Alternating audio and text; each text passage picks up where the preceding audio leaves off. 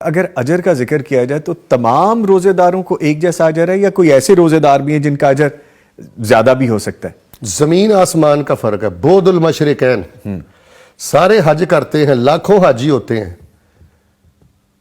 لیکن کئی حاجی ایسے ہوتے ہیں کہ سبحان اللہ ان کے اجر کو الفاظ میں بیان نہیں کیا جا سکتا. سبحان اللہ. اور اللہ معاف فرمائے. کئی بدبخت ایسے ہوتے ہیں, اللہ کہتے ہیں میرے کعبے کو چھوڑ دے, تیرے وجود سے حرام کی بو آتی ہے, اللہ اتار دے ان چادروں کو, ددکار دیے جاتے ہیں.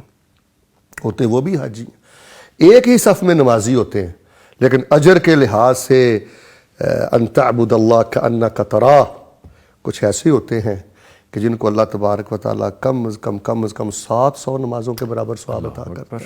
کئی ایسے ہوتے ہیں نماز پڑھ کے جاتے ہیں, آواز آتی ہے یہ نماز ہی نہیں ہے, یہ نماز چور ہے.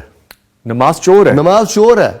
اسوأ الناس سرقۃ الذی یسرق فی صلاتہ. نظامی صاحب یہ روایت ہے, رسول رحمت اللہ صلی اللہ علیہ وسلم فرماتے ہیں بڑے بڑے چور ہیں, لیکن سب چوروں میں سے بدترین چور وہ ہیں جو نماز چور ہیں. تو لہٰذا نماز کا بھی اجر ایک جیسا نہیں, حج کا اجر بھی ایک جیسا نہیں, تو روزہ بھی ایسے ہی ہے.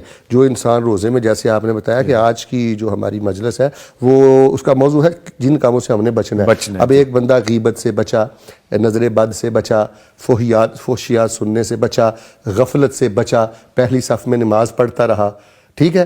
ایک ہے اس نے غیبتیں بھی نہیں چھوڑی, لغو سیاسی گفتگو بھی نہیں چھوڑی,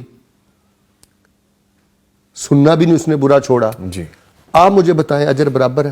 نہیں, اس طرح سے تو ہو ہی نہیں سکتا. نظامی صاحب کئی سوالوں کے جواب آپ مجھ سے بہتر جانتے ہیں. نہیں سر. تو اس لیے اس کی مثال میں دیتا ہوں. جی.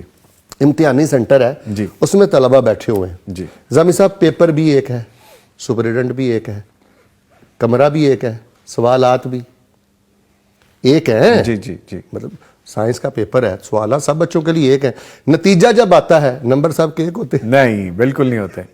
میں سمجھتا ہوں یہ مثال کافی ہے. کافی ہے. کسی نے ٹاپ کیا ہوتا ہے, کوئی بالکل نیچے ہوتا ہے, کوئی پاسنگ مارکس کے ساتھ ہوتا ہے. ہمیں جی روزوں میں ٹاپر ہونا ہے انشاءاللہ تعالی. انشاءاللہ تعالی عزم بھی یہی ہے سر. انشاءاللہ تعالی ہم نے وہ کہہ لیں کہ فرض ایک بوجھ اور ایک فرض کو نہیں اتارنا, جو میں نے شروع سے بات کی ہے, اس کا بڑا کردار ہے کہ خوشی کی انتہا ہو. اللہ تیری مہربانی, ابھی تک موت نہیں آئی, زندگی میں ایک دفعہ رمضان پھر آ گیا, الحمدللہ. اللہ تعالیٰ موقع پھر مل گیا, الحمدللہ. تو شکر اور خوشی کی کیفیت ہو اور انسان نیک اعمال میں آگے بڑھے, تو ایسے روزے دار کو کوئی پہنچ ہی نہیں سکتا.